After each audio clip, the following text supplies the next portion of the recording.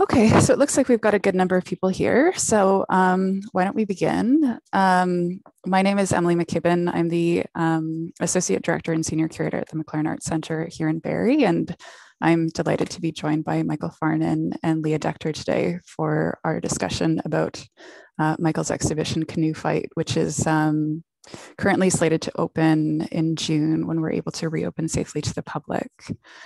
Before we begin, I'd like to acknowledge the traditional territory of the Anishinaabe, which include the Odawa, Ojibwe, and Potawatomi nations, collectively known as the Three Fires Confederacy. The local bands consist of the Chippewa Tri-Council, who are made up of Beausoleil First Nation, Georgina Island First Nation, and Rama First Nation. We would also like to acknowledge the Wendat Nation Huron, who occupied these lands prior to the middle of the 17th century. And as we talk about Michael's exhibition, I think it's important to reflect on the land that we find ourselves. Michael Farnan is a multidisciplinary artist and educator living and working in Victoria Harbour, Ontario. Farnan's work addresses settler-based decolonizing strategies centered on disrupting and unsettling Canada's history of colonialism and dominant Eurocentric ideologies of place and space. Farnan's exhibitions, videos, and performances have been shown throughout Canada, including his participation in the upcoming group exhibition, Guardianship and State at Museum London, and collaborative artist pages project, a lockdown correspondence with Adrian Stimson, in the upcoming special issue of Public Journal, co-curated by Leah Decter, who we have here, and Dr. Carla Taunton. Farnan's work has been supported by the Canada Council of the Arts, the Ontario Arts Council, and the Social Sciences and Humanities Research Council. Farnan holds a studio-based PhD in art and visual culture from Western University, where he was awarded a full multi-year Shirk CGS doctoral award for his research into Canadian representational history and discourses surrounding colonialism, wilderness, nature, and nationhood. Canoe Fight, From Reverence to Redress, is Michael Farnan's first solo exhibition at the MacLaren Art Centre, and he would like to acknowledge the assistance of the Canada Council for the Arts and the Ontario Arts Council for the show. Leah Decter, who is contributing an essay to Michael's exhibition project, is an intermediate performance artist, educator, and scholar based in Treaty 1 territory in Winnipeg. Working from a critical white settler perspective, her current artistic projects address social spatial dynamics of settler colonial contexts and consider the ethics of being in relation in spaces of Indigenous sovereignty.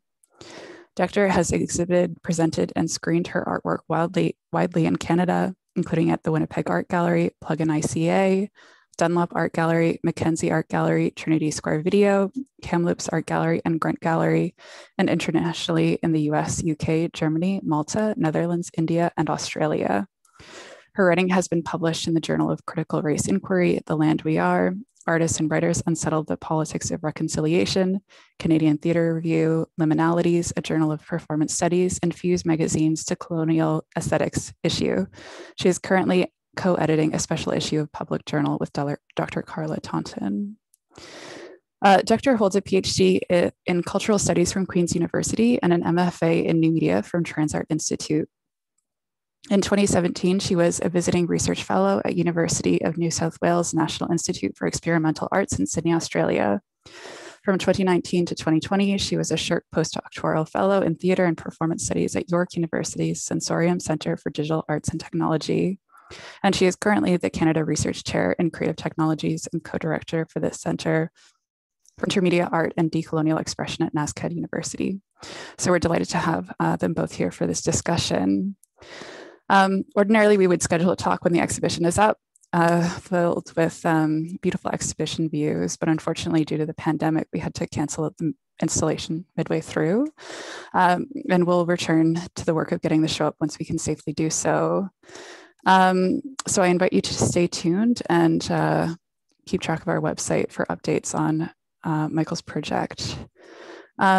Before I turn over the hot seat to Michael to give a brief introduction to his work, I just wanted to issue a content warning. Michael's work does include some taxidermied animals as well as simulated violence, which may be triggering for some audiences. And so if at any point you need to step away from your computer, I encourage you to do so. So thank you for your time, and I will hand it over to Mike.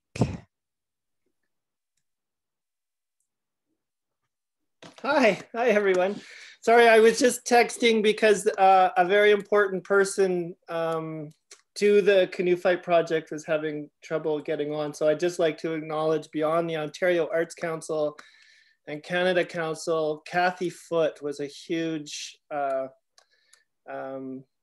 supporter in me getting the sort of the seed money and to get this project going. So hopefully she gets online for this interview. So thank you everybody for coming. It's a real honor to be here. Very excited about the show, even with postponements and cancellations.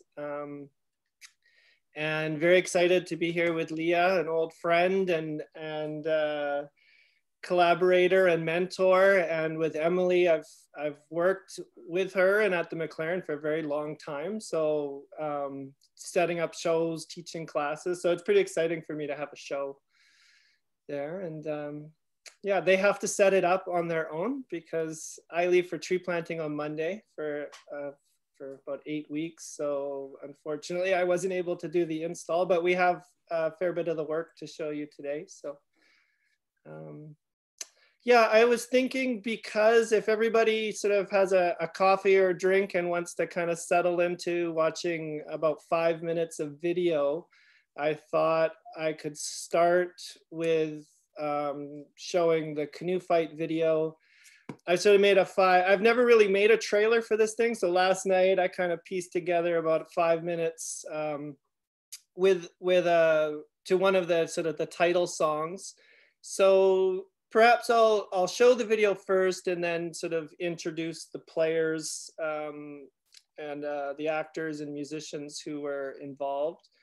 And the locations and the hows and whys, and Leah can we'll get into a little bit of that. Yeah, so I don't know, Leah, do you want to say anything before I show the video, or just show the video?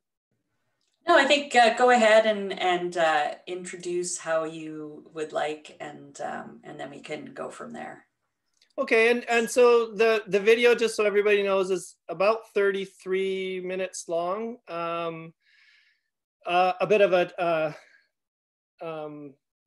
traveling adventure, I guess you could say, and going from location to location, from Algonquin Park to Ste. Marie among the Hurons. We didn't actually make that travel on a portage and canoeing, but it's shot to look like that. Shot in the worst weather possible, because misery looks great on screen. Shot in October and November in those two areas. So when we're shivering, it's real, it's hyperthermic. And yeah, okay, so I'll try. So this one.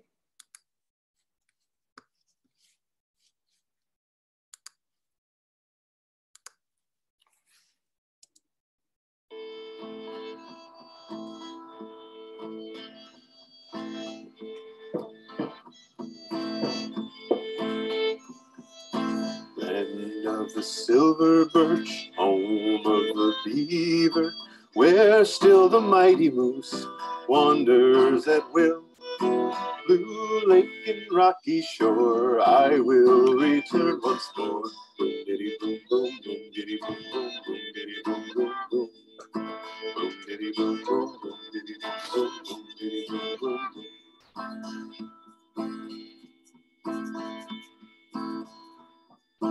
On m'envoie au champ, c'est pour y cueillir.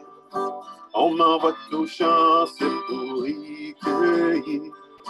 Je n'ai point cueilli, j'ai cherché des billes. Au champ de l'alouette, je veille, je dors. J'écoute l'alouette et puis je m'endors.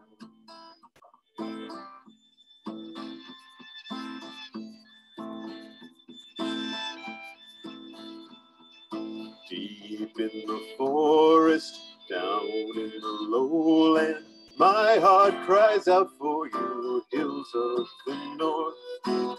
Blue lake and rocky shore, I will return once more. Boom diddy boom boom, boom diddy boom boom, boom diddy boom boom boom. Boom diddy boom boom, boom diddy boom boom, boom diddy boom boom boom. Je n'ai point cueilli, j'ai cherché des nids. Je n'ai point cueilli, j'ai cherché des nids. J'ai trouvé la caille assise sur son lit. Au chant de l'alouette, je veille, je dors. J'écoute l'alouette et puis je m'endors.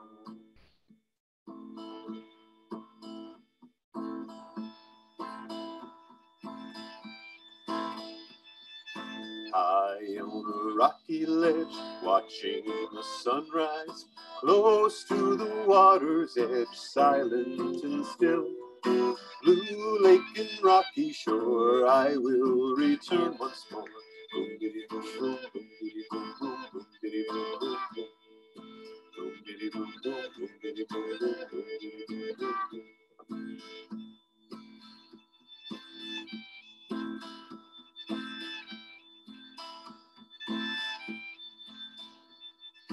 Je n'ai point cueilli, j'ai cherché des nids. J'ai trouvé la caille assise sur son nid. J'ai marché sur l'aile et la lui rendis. Au chant de l'alouette, je veille, je dors. J'écoute l'alouette et puis je m'endors.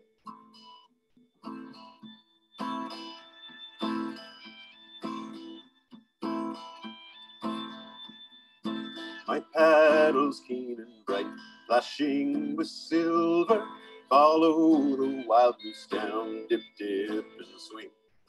Dip, dip, and swing her back, flashing with silver, follow the wild goose down, dip, dip, and swing. Dip, dip, and swing. Dip, dip, and swing. Dip, dip, and swing.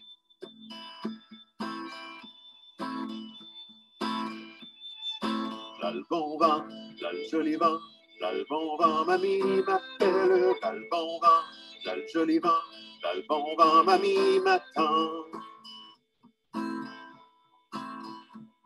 Derrière chez nous, il y a un étang.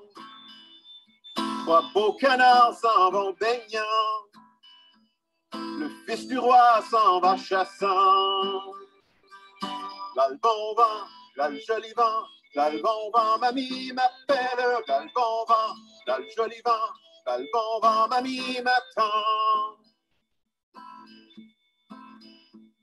Le fils du roi s'en va chassant avec son grand fusil d'argent.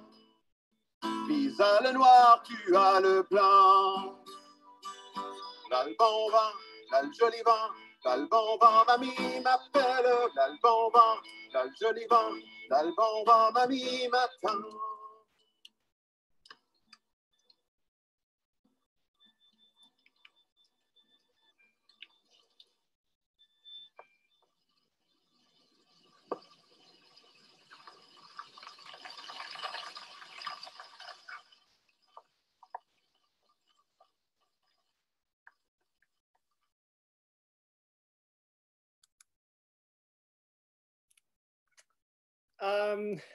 So that was sort of the first part of the film. Well, there's an intro and then Reverence and then Redress, and there's sort of a final lament. I've made a short 2-minute video for the final lament as well, so maybe I'll show that right away. Give you a keep the feeling going. Here it is.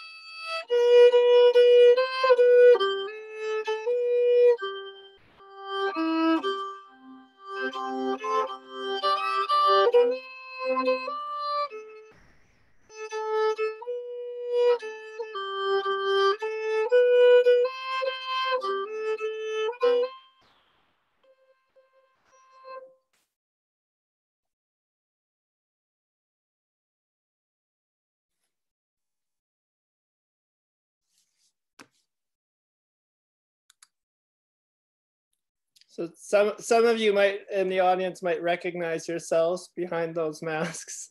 So yeah, that's the video in a nutshell. I think I should mention musicians. I'm very fortunate to have in my family, my married-in family, my cousin Joel Alain, guitar, singer, singing traditional music, but arranged pretty phenomenally. On fiddle, Tony Allen. Joining me in the canoe for that adventure was a wonderful fellow, very old friend named Jeff Cron. And just a plug for Jeff, he's a phenomenal performer and has currently performs under the character Tim Burr, the circus lumberjack. So for sure, look him up. And quite wonderfully, the work is shot by David Hartman, with assistance from Ashley Hamilton. And those two have worked with me on a few adventures and pretty phenomenal filmmakers. Yeah, so I guess I should say that a show like Canoe Fight is organized predominantly around the making of a film. And then I bring work into the studio. So Leah and I were sort of talking beforehand, and maybe it would be good to show a few images of the video in context of a gallery situation. So the Canoe Fight film was filmed in 2018 and first shown in Saskatoon at Paved Arts in 2019. So I can show a few images of that, just so you have context of. So if you're able to go to the MacLaren and see the show, the film will be projected much like this, and then work will sit in the gallery with the video. And the way I make the videos, it's easy to do with a solo show. It's harder to do in a group show, but the idea is that you're looking at the work and still hearing the video, that kind of thing. So I have a little detail of this one, but here's that first image you saw when you joined our talk was this giant map. And then I thought I would show this little sculpture. It's called Canoe Dance, and it's sort of the work that started this whole project. In 2015, I made a video that was of a canoe dance and sort of made this sculpture as sort of opposition to it. And this sculpture has been around for a while and just keeps generating these ideas. And so it still lives in this show. It's cast plastic resin with a canoe model that's kind of adapted and fiberglass. And then maybe I'll leave, would it be good to leave this open and sort of bring you in, Leah, or? So I'll just introduce this work. It's called Mapping Canoe Fight. It's 12 feet by 8 feet, or just under 8 feet. It's about as big as I can make in my studio. And it just sort of charts the kind of research and history and ideas that I was working with in this project, particularly kind of Canadian settlement history, the history of the fur trade, the railways, figures like Champlain, Grey Owl, and then Hollywood representations. And the thing I'm really interested in maps, the old maps, is how map makers sort of made up borders. They made up geography. It's amazing how accurate some of the maps are, but the thing that I like the most in map making in the early days is when someone didn't know what was in an area, they drew monsters, and just sort of a version of wilderness that was, I find it quite intriguing to sort of to look through that history. So up in the corner, the beavers, I think it's the actual, the nickname for the map is the beaver map. but it, you know, portrays fanged, like working beavers. Down in the bottom corner is Champlain with the Huron behind him, fighting on the Iroquois. We have, I think this map started as Ontario, but because I knew I was bringing the work west, I started including like the prairies. So in the middle, we have Manitoba, and that little map grid in the center is the map imposed on the Métis, and, you know, sort of instigated the rebellion. A much deeper history there, but that's just an overview. Up top is Grey Owl's cabin. Top right is all the area that I live. So that video that you saw with the guys floating, that's at Ste. Marie among the Hurons. Well, in the Y Marsh, and there was no need to shoot inside Ste. Marie because we had such great visuals on the outside. So they weren't active participants in the work. But up top is kind of the early Jesuit sort of renderings of the area that I live in. Y Marsh, Ste. Marie is about 10 minutes from my house. Obviously Algonquin Park, and the bottom right is an image of Brebeuf in his canoes, and obviously Pierce Brosnan down in the bottom there. So, okay, enough for me. Leah, you jump in here.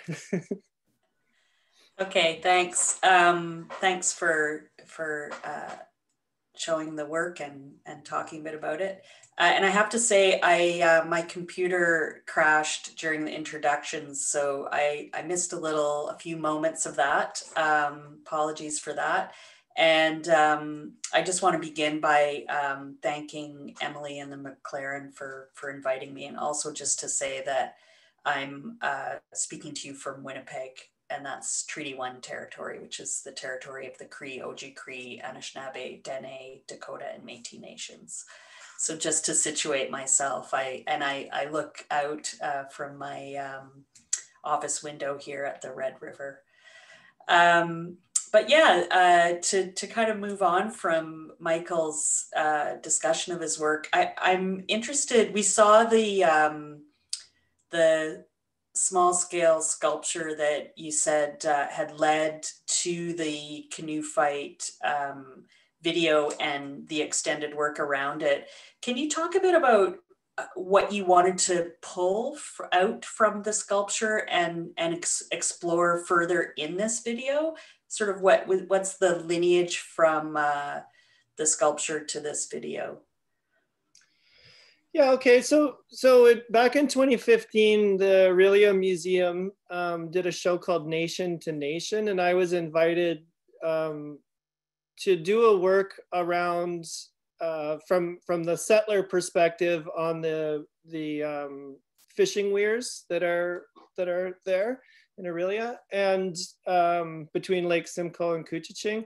And so I spent a fair bit of time kind of researching the area and the history, and sort of wanted to celebrate the work, or celebrate the water system and sort of the history. And I made a video it's called Dance for the Narrows. And it sort of references how, this 5,000-year-old historic area has an overpass over it now. It was also, there's a perch festival. There's all these kind of things. And the video I made, I think it was pretty effective, but one of the things I really noticed in the work was this idea of, I've been toying around with this idea of reverence and redress for a long time, but a lot of the viewers really, it was easy to stay in the reverence side of the work. And so I think just as a reaction in the studio, I sort of, out of clay, sort of sculpted this fighting figure. And then just when I had the chance to show that work, I sort of showed this as kind of a reaction.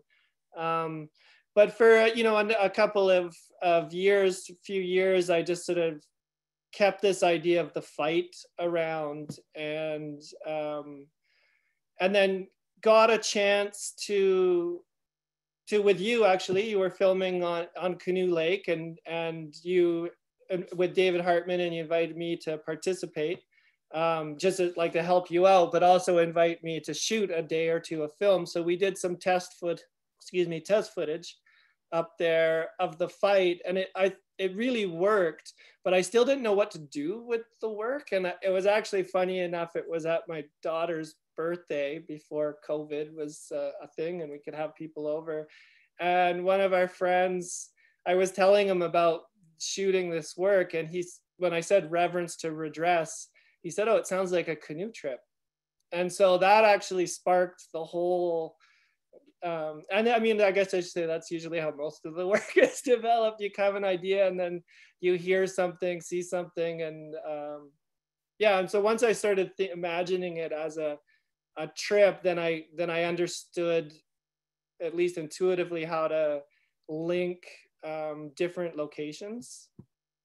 But to keep this idea of struggle, fight, not so much the canoeists fight, but just this fight back and forth between reverence and redress of these ideas. And I'm fascinated by the idea that something as simple as critiquing the canoe can generate quite a bit of anger in people.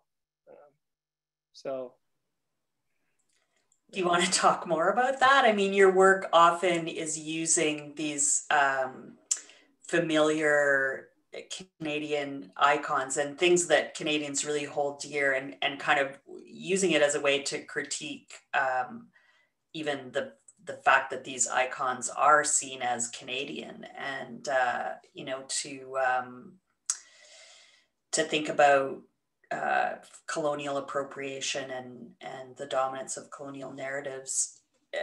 Do you want to talk more about the way you use those icons, and even, if you want, your experience in responses to the way you use those kind of iconic forms in your work?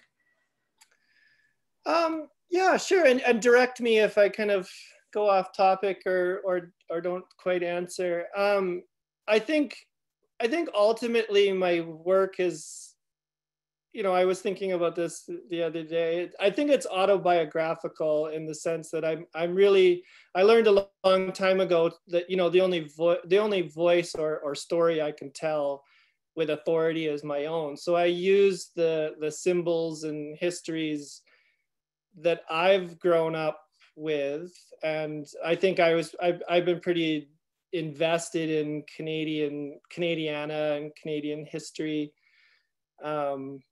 And these sort of iconic representations, from Group of Seven paintings to, you know, C.W. Jeffries to, you know, Hollywood representations, and then sort of over time, and you know, I won't shy away from the fact that I've done quite a bit of academic research on these subjects and really unpacked and critiqued and celebrated at the same time certain these works. And I think an important thing for me is to understand positionality, if that's the right word to say, or people's reference points. I don't judge. I try not to really judge my own reference points and learn them. And I don't really judge other people's. I just try to figure out, you know, why are people so connected to land and place and space? What can actually generate, you know, anger over certain issues? You know, and I said the mention about the canoe, there's a pretty fantastic book out called Inheriting a Canoe Paddle by an author named Maceo Dean, who's a UBC prof. And when she wrote that book and taught courses on that, and did a CBC interview, she actually had death threats, you know, which is phenomenal to me, that like completely, like it's kind of tragic.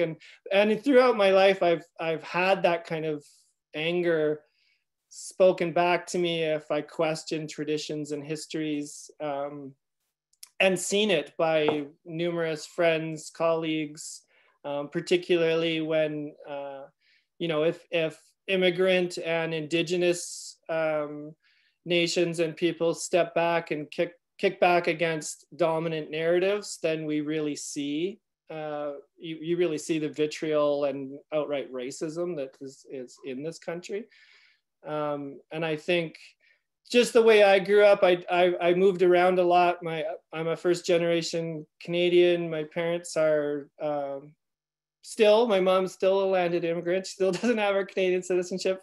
They both moved from England. And we moved around a lot in this country. And I think people and family, friends became my home rather than land. And I'm pretty happy wherever I live. But I have deep connections to the places that I live. And part of this project, and even the one I'm working on now, are about understanding the histories that I live and work in. Yeah. Yeah, I think that this idea that you talk about where, you know, you're not sort of judging or pointing a finger, but you're exploring, and you're also working in these kind of autobiographical ways. I mean, not directly, obviously, but working from your own reference point.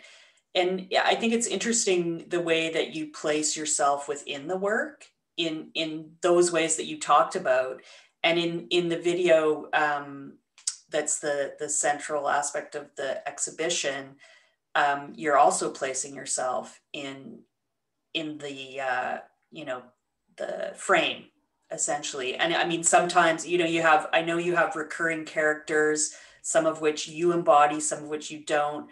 But here you're placing yourself within the story and the narrative as this character of the Boy Scout. So I wonder if you could talk about both your decision, which you, I think, touched on, but talk a little further about your decision to place yourself within the frame in this piece and in the guise of the Boy Scout. Yeah, absolutely. And I think we talked yesterday and you gave me a word that I didn't quite know what it meant, but was iterant, and how I think for the audience, it's important to know that my work builds over many years. And I'm not sure if there'll be a sort of a third film to a trilogy that I've imagined, but the Boy Scout character that I inhabit in this video first came through in a film I made with Laurie Blondeau and Adrian Stimson called Pilgrims of the Wild. Where we went to Grey Owl's cabin and explored work there. And we, you know, I won't talk about their work in the sense of it. We all inhabit these characters, and the Boy Scout for me, it was sort of the loudest representation of white settler culture trying to connect to what I would describe as the wrong nature, sort of white wilderness. And the sort of the discipline and control that's put there. Also the appropriation of Indigenous culture that happens within the Boy Scouts, where Adrian also has a Boy Scout character, and we sort of focused on some of those themes. It was important once and that's sort of a collaborative, that was a real collaborative work, and I didn't really write and direct that film. We just all came together and made it. Canoe Fight, I wanted to sort of expand on this character a little more and give the character some agency and direction. Although I think it's fairly ambiguous as to who's in the right and the wrong in this film. And I think as far as putting myself in the work, I mean, one of the funny things I've learned over the years, and I've had characters, the beaver, ass face, shaman to the stars, who else is there? And then within that character, there's like a huckster, and one of the things I kind of discover is it's important. I sort of try to figure out, am I telling somebody else's story here or mine? And if it's somebody else's story, I'll ask them to inhabit maybe a costume or a location or a person, and then tell me their story back, and we kind of artistically, we work it out. If it's my story, then I'm quite comfortable being the central character. But one of the things I've discovered is that if I need somebody else to play like another persona of myself, it's really hard to get that in there. But there's several people that I can ask because we have the same upbringings or the same kind of reference points. So Jeff was one of those people that I felt I asked him, I told him what we were doing, and he was instantly could inhabit the character. And thank goodness, because that deer head is heavy, right? And so when I had to wear it a couple times, I couldn't quite believe that he was wearing it for that long.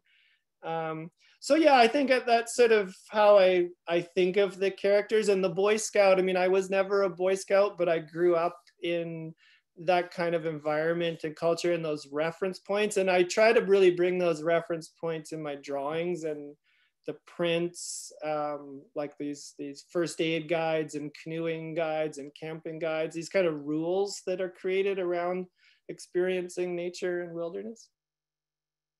Yeah. Thanks. You've opened so many different doors to consider there. One thing that, one of the things that you just mentioned was this ambiguity where you don't know sort of who's in the wrong.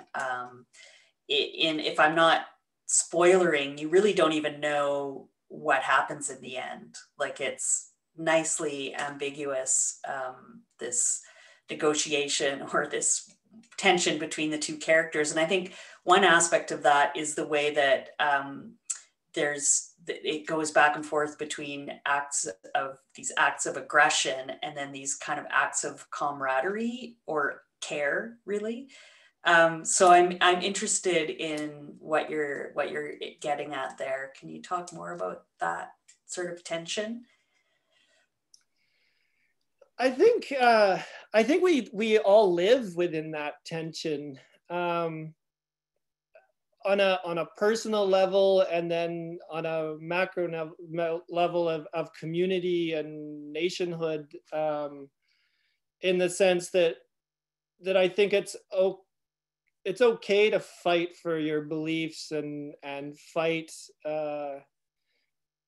And we live in a culture that, I mean, I just see fighting everywhere. I think and I think one of the things that's interesting, I spent a very brief amount of my childhood being a boxer. And one of the things it taught me was not to fight, and I think that that's an interesting duality that when we can fight and we have the ability to fight, then sort of reason and compassion can also come in. So yeah, I think that these ideas, this idea of what I would describe as just reality, which is that the colonial history, the settlement of this country is pretty awful, right? And there's no denying that or getting around that, but there's a lot of people that will fight for these traditions and histories. And but I think within that there has to be, and there is within community, there is conversations and this kind of back and forth. And so yeah, I think, just a reflection of my own life, I think when we fight and find peace all in the same, and that's what friendships are. And not to bring tree planting into it, but I mean, I can't remember how many times, you're doing that job and it's a completely sort of awful at times and joyous at times, and you yell at your friend, neighbor, or supervisor, and the next minute you're, hugging and working together, right? And these are the kind of resolutions that I think are important. So yeah, and I want to create that tension for people. So thanks. I think this will be my last question, but I think it ties nicely into what you're talking about, just about relationship building and relationality, because you work a lot in collaboration, and I know collaboration is important in your work, and you undertake it in different ways, but in particular ways. And it's evidenced in this video, the not just collaboration, but long-term relationship building. Can you talk about the way that plays out in your work, and maybe the way that those relationships and collaborations played out in the work we'll see in the exhibition? Yeah, absolutely. And I just to preface, when I did my PhD, I was asked to sort of come up with an academic explanation of collaboration, and I found it nearly impossible, because collaboration is about relationship building, and it's about sort of a give and take that for me takes a lot of time. It occurs over years. And even if it's in the short term, there's a real sort of commitment to listen and learn and to give and to take. And as an artist, there's no judgment given to anybody who's solely a studio-based artist, but I get sort of bored or lose my attention span pretty quickly in the studio. And a lot of the ideas I have, you know, I grew up taking videos, and my dad was a soccer coach, and me and my brothers had the camera, and we were always like goofing off with the camera. And, you know, things like Monty Python and Kids in the Hall have always inspired me. So when I come up with an idea like Canoe Fight, I couldn't really just stop at the sculpture or a drawing. It sort of needs to inhabit real space.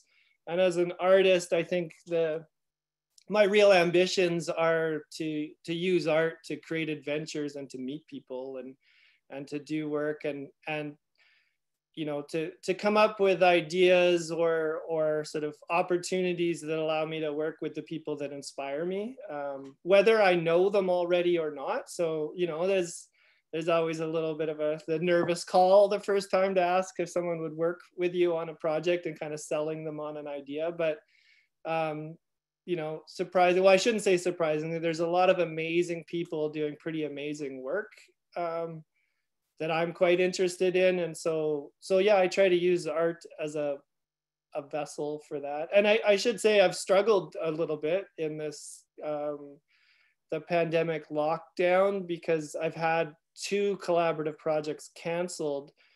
And for the Gardenship show that Emily mentioned, you know, I'm still sort of on the docket to make a video. And I realized that I'm not actually enamored with the video medium.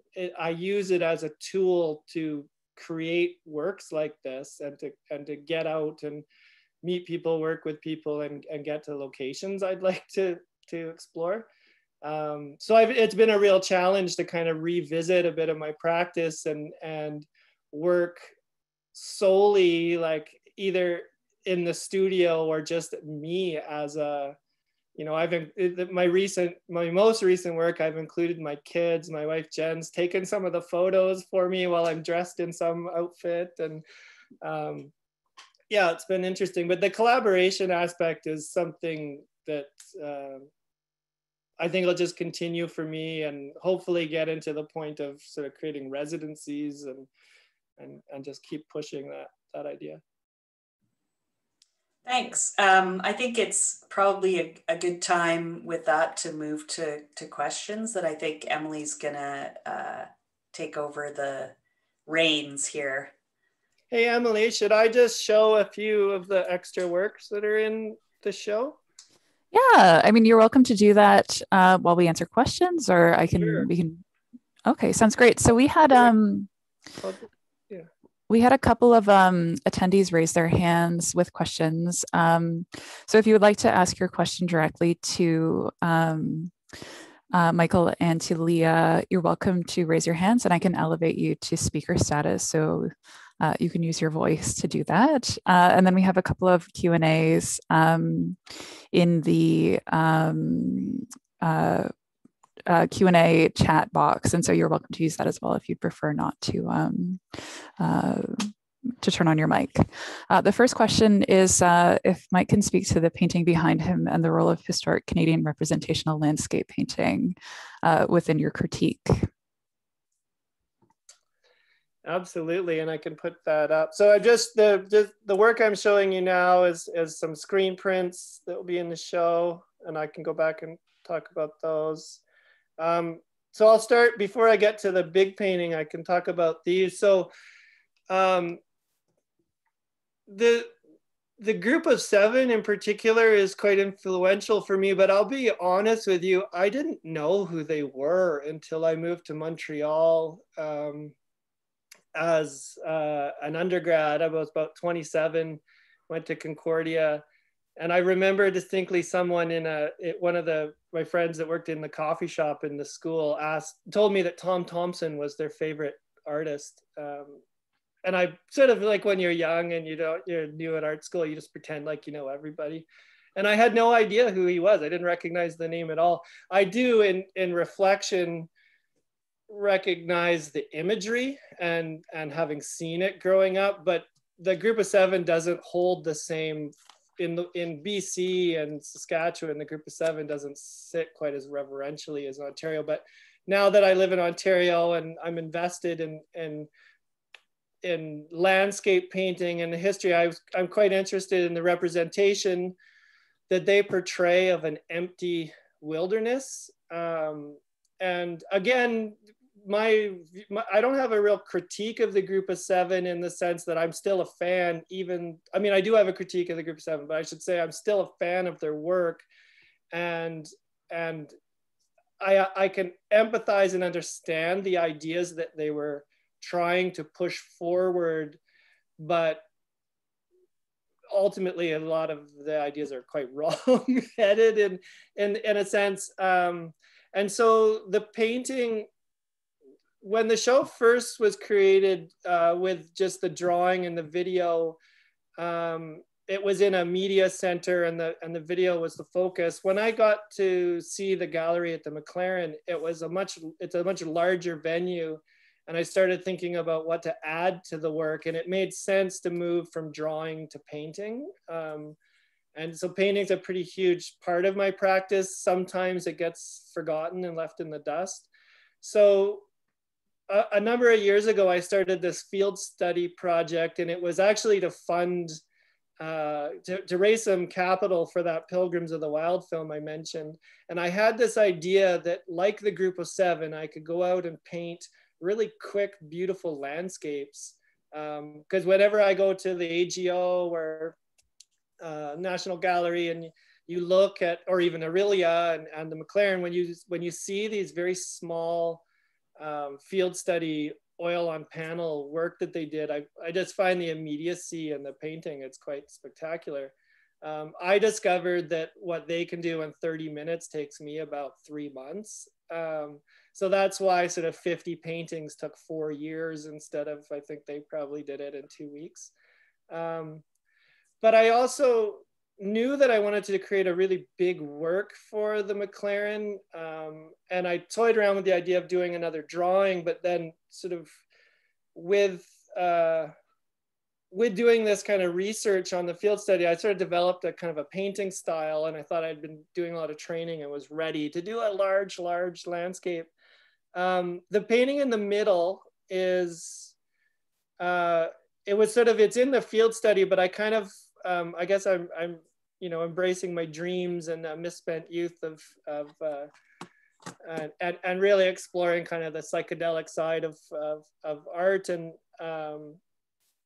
And so I brought this kind of like imaginary world into this field study style. And so I painted this was a bit earlier, this one, and so these are just called Canoe Fight Dreams 1, 2,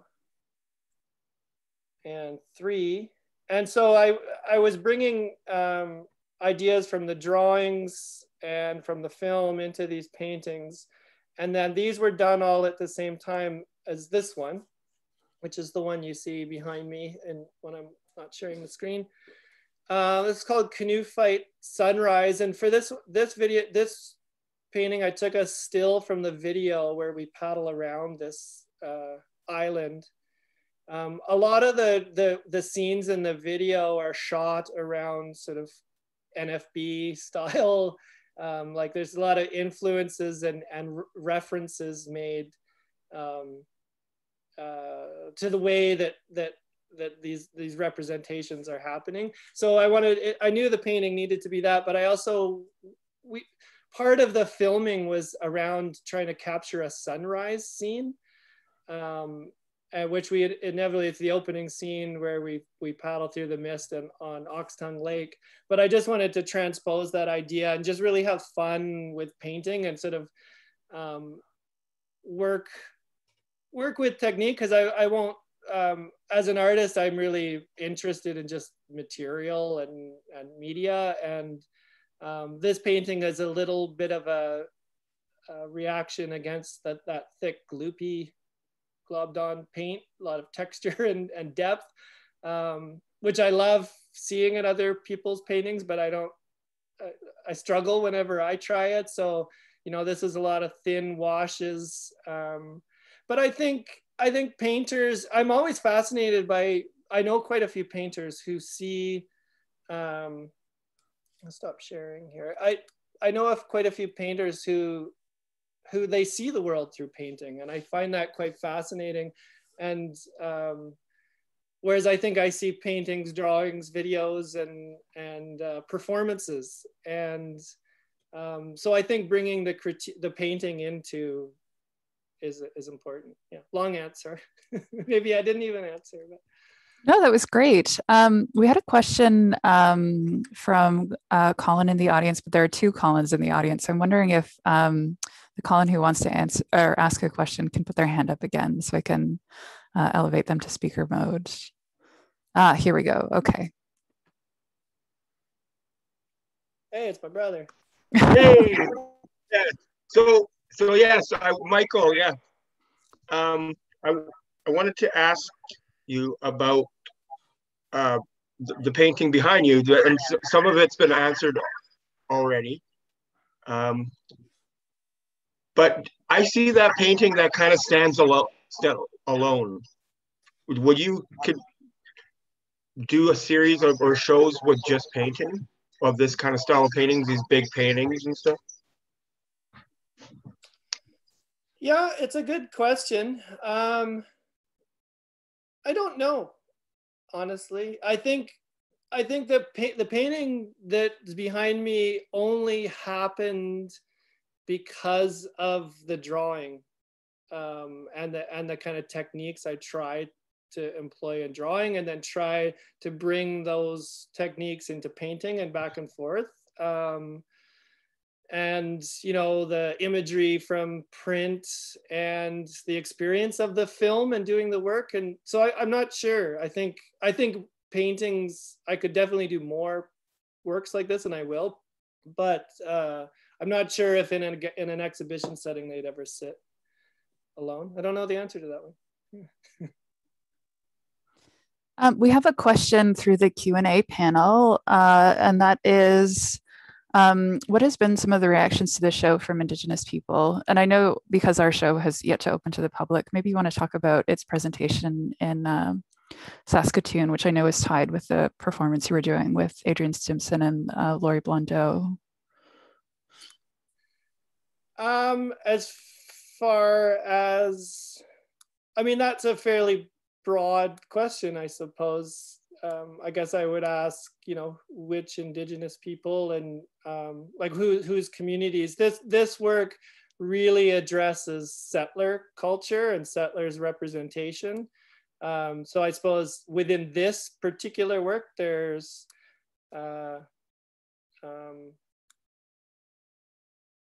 as far as Algonquin Park and Wye Marsh, there's not a lot of sort of consultation or sort of dialogue in that sense. Around Ste. Marie among the Hurons, I mean, I live and work and I'm part of a Métis community, so the dialogue there is pretty active and resident. So some of the histories that I'm exploring, particularly around the Great Lakes and Ste. Marie, as that expulsion and of the Métis from Drummond Island and settling down in LaFontaine and Penetanguishene and Christian Island as well. But this work is really trying to unpack that settler reverence of that history. Yeah. So I think, I mean, as far as my colleagues, friends, and community, the response has been quite great from Indigenous, Métis, and Inuit friends. Yeah. So we've got the opportunity for a few more questions, and we had one from the audience. So I'm going to bring up Carol Ann Ryan.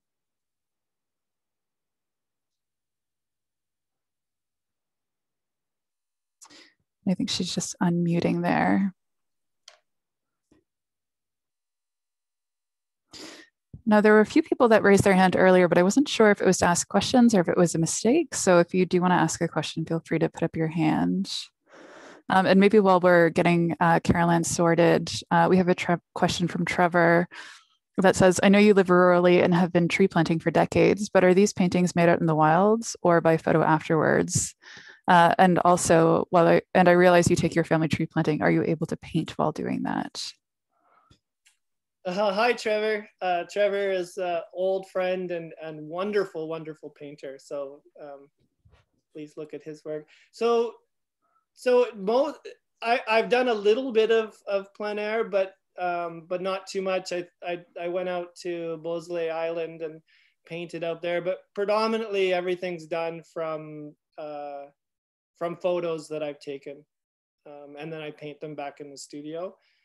And no, funny enough, I don't really paint while I'm planting, but what I do, you spend a lot of time by yourself, so you really talk out ideas, and there's a few people out there that I work with who are definitely generative of a lot of my ideas, dialogue back and forth. I try things out on people, so a lot of performance and video ideas come from tree planting for sure.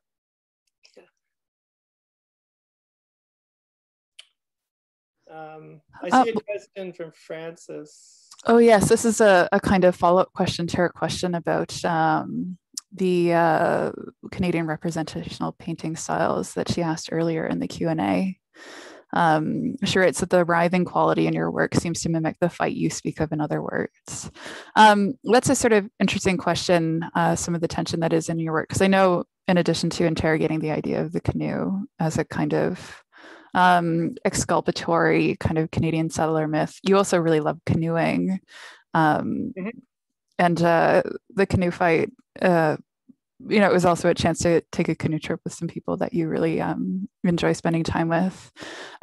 Leah and Michael, I'm interested in how you sort of critique settler culture while also, I think, like myself, you kind of grew up with these settler myths, and on a personal as well as a kind of cultural level. How did you find yourselves interested in this topic, and how do you kind of maintain the work of decolonizing yourself when it is so very difficult? Why don't you take that one first, Leah? Okay. Or I can, but yeah. That's a huge question. Thanks for that. I can say for myself, that there's always a number of threads that join or are pulled on in formulating a direction, particularly a direction like this that for me it's not just a part of my work, it's a part of my life. But I can talk about one, and I will emphasize this is just one of the threads. And that's that I was making work surrounding the experiences of my maternal grandfather, who suffered very significant loss and displacement prior to, and which led to his emigrating to Canada. And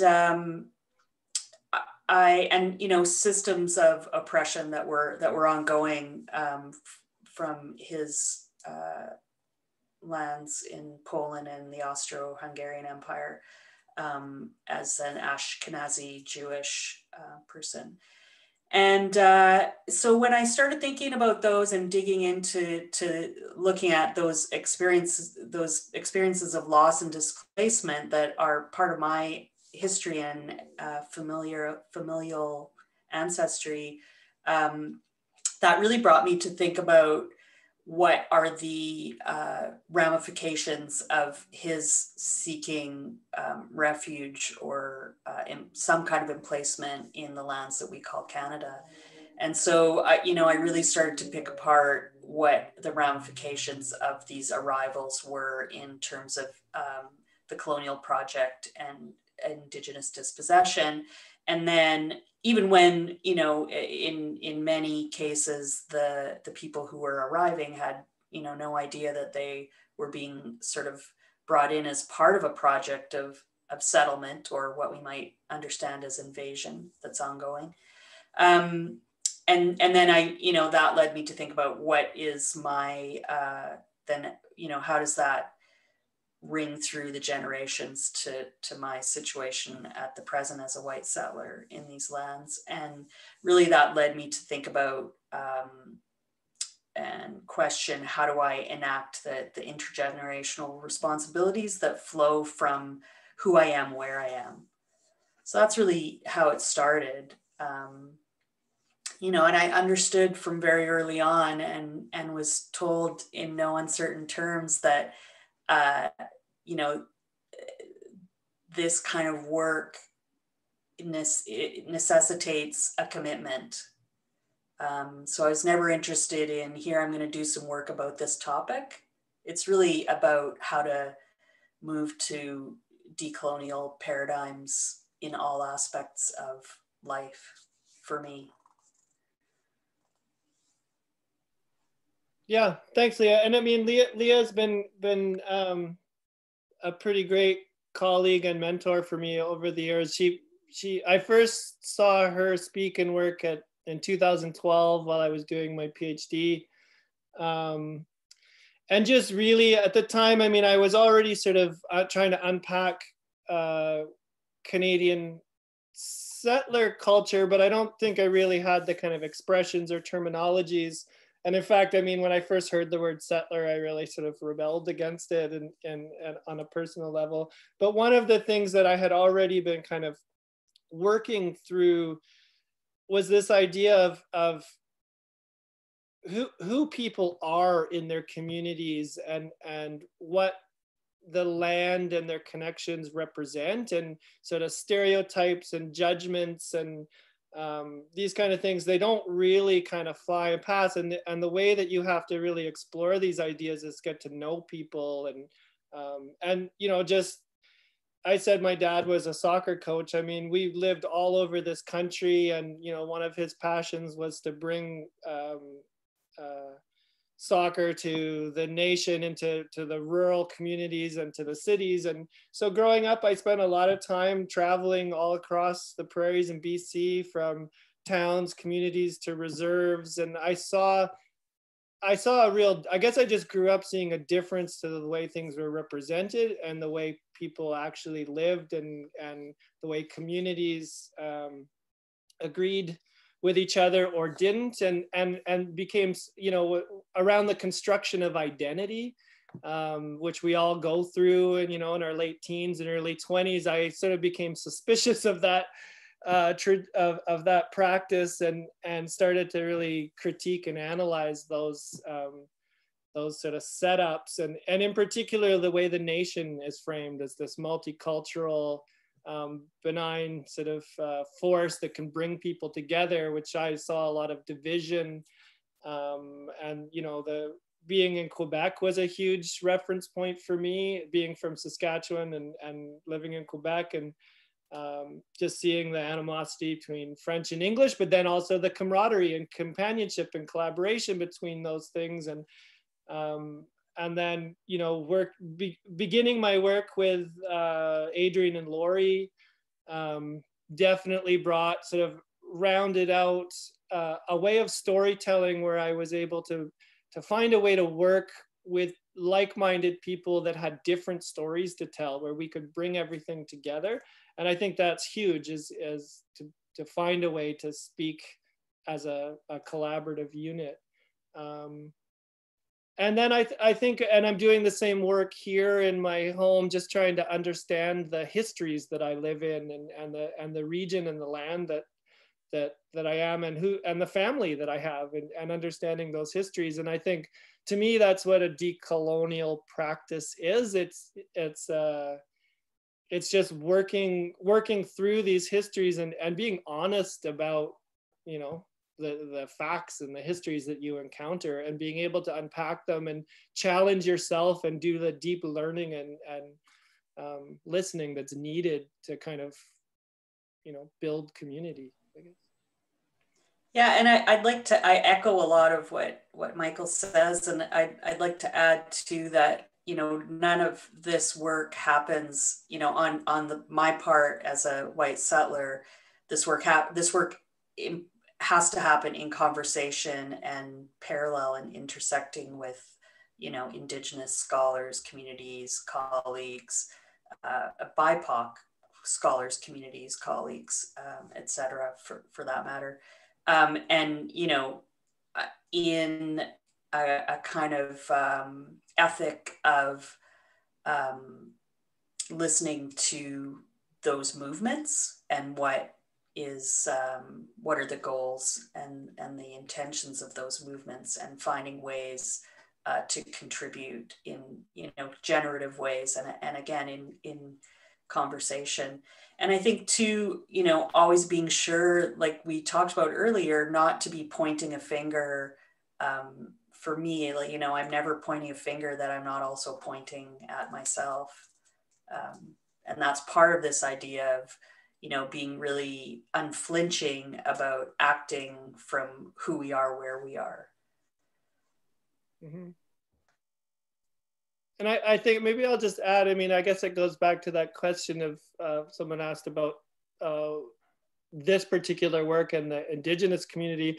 Well, the local Indigenous community that I'm connected to where I live is the local Métis community. So that sort of the history and the dialogue that Canoe Fight really works through, particularly when it gets to the Waimārsh and Ste. Marie among the Hurons. And, you know, that's why I recruited my cousin Joe to kind of help me navigate these traditional French and English songs. And funny enough, he didn't know Land of the Silver Birds, so he had to learn it. But he brought in a lot of Acadian songwriting and traditions. And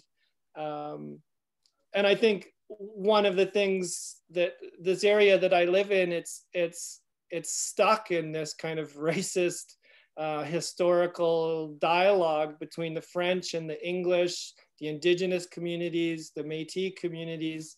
And there's a lot of people working through that, but there's a lot of history here to unpack. And I think, you know, this work, I don't think I have the answers. I'm just also part of that discussion to try to unpack it and understand it from my own perspective, with help.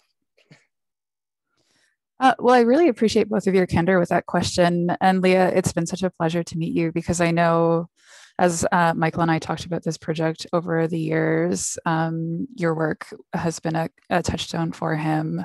And so having you here to do this talk and to contribute an essay for the show feels like we're kind of coming full circle, despite all of the challenges of working in the pandemic. So I'm truly grateful to you, Leah, for joining us today, and for sharing some ideas, and for sharing more ideas very shortly. Yeah, I'm honored to be invited, and I look forward to writing about the work. Yeah, so we got a question from the audience about whether or not the video would be available for streaming while the gallery is closed to the public. And the answer to that is yes. Michael has given us permission to get the video audience. We are in the midst of developing the webpage for the show. We'll link to it there. Once the exhibition is up, it'll be up likely before we reopen. So we'll get the installation views online, the video, the essay, all ready for you. So by the time you come to the gallery to see the show, you'll be very familiar with it. So that'll be very exciting to do that and to share the work more broadly. I see there are some other questions. You're welcome to get in touch with me at emily@maclarenart.com, and I can put you in touch with the panelists. But for now, I think we have to let you continue with your days. So Leah, Michael, thank you so much. Thank you. Thank you. Thank you very much for attending. It's awesome. Yeah, and for your questions. Wonderful. Thanks so much, everyone.